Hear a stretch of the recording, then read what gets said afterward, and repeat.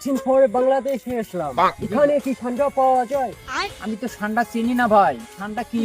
বুঝতে হবে, ঠান্ডা পাওয়া যায়। আমি শুনেছি বাংলাদেশে নাকি অনেক বড় বড় ঠান্ডা পাওয়া যায়। ওই দেখো ঠান্ডা, ওটা ঠান্ডা?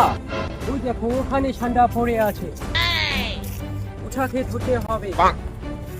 ওটা ঠান্ডা? হ্যাঁ, ওটাকে ঠান্ডা বলে। ভাইয়া দেখুন ওখানে কি ঠান্ডা পড়ে আছে, ওটাকে আমাকে ধরে। কফিলের ছেলে চোখ খুলে দেখো একটা গুইসাপ। বাংলাদেশ ঠান্ডা গুইসাপ দিয়ে ভর্তি জঙ্গলে আতারে পাতারে বাড়িতে ঠান্ডা করছে। তোদের বাংলাদেশে এসে আমাকে অপমান করলো, তুই কিছুই বললি না কেন? আরে ভাই, এরা হচ্ছে বাংলাদেশি, এরা হচ্ছে ঠান্ডাকে গুইসাপ বলে। এদের কথা বাদ দেন তো ভাই, চলেন চা খাই। না, ওরা আমাকে মারলো, তুই কিছুই বললি না কেন? কি বলবো ভাই, ওরা তো চেনে না, ঠান্ডা চেনে না, ও গুইসাপ মনে করে। আমাকে তো ঠান্ডা খেতে হবে, এখন ওটা তো চলে গেল মারামারি করতে। আরে এরকম ঠান্ডা আমাদের জোলায় আছে, চলো আমি ধরে দেবো। জুলাট আবার কাকে বলে?